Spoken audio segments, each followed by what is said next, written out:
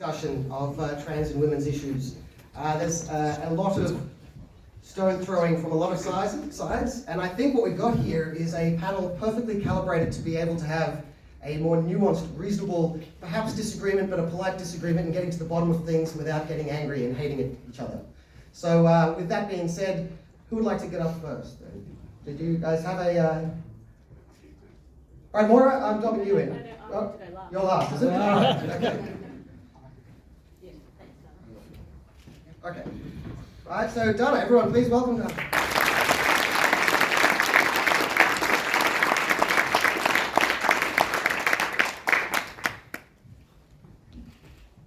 G'day everyone. G'day everyone. For those of you who don't know me, I'm Dana Pham. I'm a true believer in changing the world by attending one political event at a time. I'm a trans woman, and my pronouns are who/cares. As you can imagine, I'm not particularly popular with trans rights activists. I would like to clarify, however, that my who/cares pronouns, it's not a green light for misgendering. Rather, it is to point out the absurdity that is pronoun projections in the year 2023. Labelling one's pronouns on internet land or in person sometimes makes practical sense. So for example, someone, let's call them John, they've only started their male to female transition, but they're not too sure which female name to choose yet. So John, brackets she/her, makes sense. More often than not, however, what we see is cisgender, so non-transgender people, whose gender presentation is clear, and yet they project pronouns that were obvious to begin with. Why? Have we run out of things to virtue signal about? Growing up as a child with gender dysphoria, this is not what I had in mind with regards to the advancement of trans rights. What are trans rights? You might as well ask, how long is a piece of string? What are women's rights? Again, how long is a piece of string? How do trans and women's rights balance against each other? Perhaps the piece of string is only 30 centimeters long after all. It appears to me that trans versus women's rights debates often arise when there is a visible and obvious clash between the two. Trans women competing in elite women's sports is an easy example of this, also known as Leah Thomas. Whilst this example can raise understandable concerns, I have to ask the question, how frequent is this example? Have we allowed mainstream media to skew our perception of trans women instead? If you didn't know who I was, you saw me walking down the street, you'd probably think that I'm just another regular woman. Same if you saw me in female-only spaces, but kind of more frequent phenomenon that usually isn't newsworthy. Now, one might say, well, of course you'd say all that, Dana, you're a man. What would you really know about being a woman?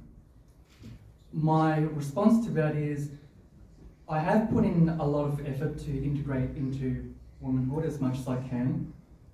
And I'd just like to very gently suggest that it just might be worth being less selective about which cisgender women we talk to understand their experience in interacting with trans women, especially those that have blended in. Noting that some cisgender women come across as physically more masculine than others, nothing new there, it is possible for non-passing trans women to blend in if they tried. Biological projection despite gender transition is newsworthy, also known as Dylan Mulvaney. Social integration in spite of gender transition is, well, boring. Social integration is the integration of trans and women's rights, potentially to the point that trans and women's rights become indistinguishable. Why project pronouns when one can make an effort to blend in with their preferred gender identity instead, or whatever other identity? This is what we call civil society, to the chagrin of trans rights activism extremists who have little to no interest in helping trans people transition their gender identity into civil society. True freedom does not lie on the fringes of civil society. Perhaps this makes me a TERF, a trans-exclusionary radical feminist. For these views that I've just expressed, they're actually not too far off from, say, of Professor Holly Lawford-Smith. If you don't know Holly, Holly is an associate professor in political philosophy at the University of Melbourne with a particular interest in feminism. Allegedly, she's one of the most evil, bigoted TERFs in Australia. Why might that be allegedly the case? A few years ago, Holly penned a blog post called Hitching Glitterbeard Carts to Transsexual Wagons. Her post poses the question, what counts as a woman? You could say that a fully passing transsexual woman, such as myself, clearly should be treated as a woman. You could then say there is not enough difference between me and, say, a fully passing trans woman who isn't able to have sex reassignment surgery because of its prohibitive expense. So she should also be treated as a woman too, and so on.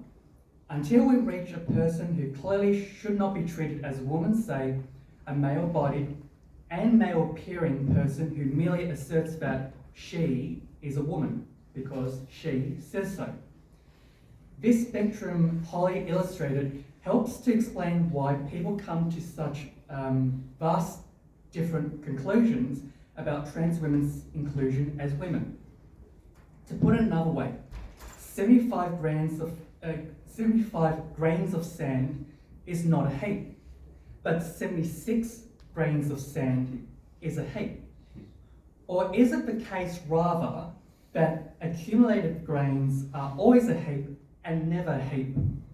It's the side-by-side comparisons that has put us in this predicament, in this debate. In Holly's words, we're hitching glitterbeard carts to transsexual wagons. Therefore, if we don't want to accept either of these approaches, so number one, transsexual women are women, therefore glitterbeards are women, or two, glitterbeards are not women, therefore transsexual women are not women, and instead find a way to say that the transsexual woman should be treated as a woman while the glitterbeard should not be treated as a woman, then we have to find a non-arbitrary point at which to unhitch the wagons. What does this non-arbitrary point look like? Because I would have thought common sense would say that glitterbeard is, excuse the language, taking the piss. I don't think Holly would necessarily agree though.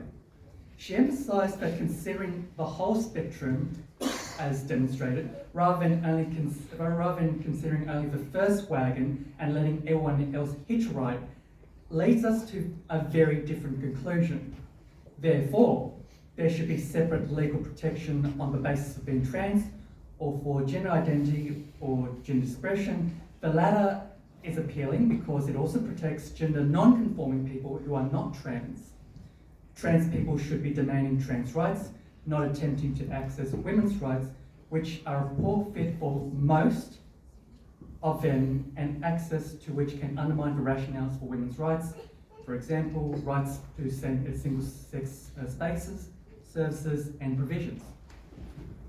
But then Holly argued that this is compatible with thinking that some trans women, most plausibly transsexual women and fully passing trans women, should also be protected as female, at least in some cases, given the likelihood of sex-based discrimination in these some cases. It's easy to call women like Holly turfy when one refuses to acknowledge how complex the interaction between trans and women's rights are. Recently, I ran into a psychiatrist concerned about the gender affirmative model applied to transgender children. As expected, they made reference to the statistic that 60 to 90% of these children will grow out of it. Therefore, puberty blockers are inappropriate. I asked, how old is that statistic. And they said 1970s, 1980s, 1990s, as I suspected they would. They then acknowledged that since the introduction of the affirmation model on a clean slate, so to speak, the relevance or irrelevance of that desistance statistic is tricky to figure out for the year 2023. Having said that, I do acknowledge that there is, for example, a detransition Reddit that's growing rapidly by the day. However, my argument has always been and remains, assuming that statistic is still relevant, what do we do about the 10 to 40% of trans children, such as myself 20 years ago, who are genuinely trans? This is a very important question to me, yet no one has been able to give me a satisfactory answer. To be honest, we're a little too distracted by the Leah Thomases and the Dylan Mulvaney's of the world. I would argue that you can instead help all the 10 to 40% transition genders during their teenage years, if they so wish. Trans women competing in elite women's sports or being housed with female inmates wouldn't necessarily be an issue. To clarify what I mean by transition, anyone serious about addressing their gender dysphoria will seek medical means to do so. I realise that the views that I'm offering to this debate, as much as I want to rave about them, will not satisfy everyone. It took me a very long time to properly form these views, which is indicative of just how complicated this debate is. And precisely because of this, accusations of transphobia should be exercised judiciously. It was reported in the media last month that Victoria's first out transgender councillor, Tosh Jake Finnegan, claimed expelled Liberal MP Moira and Liberal MP Renee Heath did not, and I quote, harbour some deep underlying hatred for transgender people, unquote. Tosh went on to say, obviously we have disagreements on issues of policy, but that doesn't mean we shouldn't be able to sit down and listen to each other's concerns and see if there is a common ground and a middle path to be charted. The reality is all the current political standard operating procedure of screaming at and demonising those who even mildly disagree with us achieves is further division, pushing opposite sides of arguments even further to the left and the right. Tosh continued, if I were to believe the narrative surrounding the beliefs of yourself, Moira and Renee, I would be expected to denounce both of you as horrific transphobes and homophobes. But the reality is that after sitting down to discuss our differences in opinion and to understand why each of us hold these opinions, it is clear to me that neither of you are evil, malicious, or nasty, that both yourself, Moira, and Renee have been treated so poorly and denounced as terrible people by the leadership of your own party as an indictment of the direction of the Liberal Party in Victoria. So Tosh clearly took the words out of my mouth. I've known Moira for years. We've expressed disagreements, but in spite of our disagreements, everything Tosh had to say about Moira is true. Today I stand here on the public square defending the truth at great risk to myself. Some of you are acutely aware of that risk. So, why am I here speaking anyway? Hillel the Elder has summed it up well for me with his famous saying, if I am not for myself, who will for me? And being for myself, what am I? And if not now, when? And that's why I'm still a true believer in changing the world by attending one political event at a time. Thank you.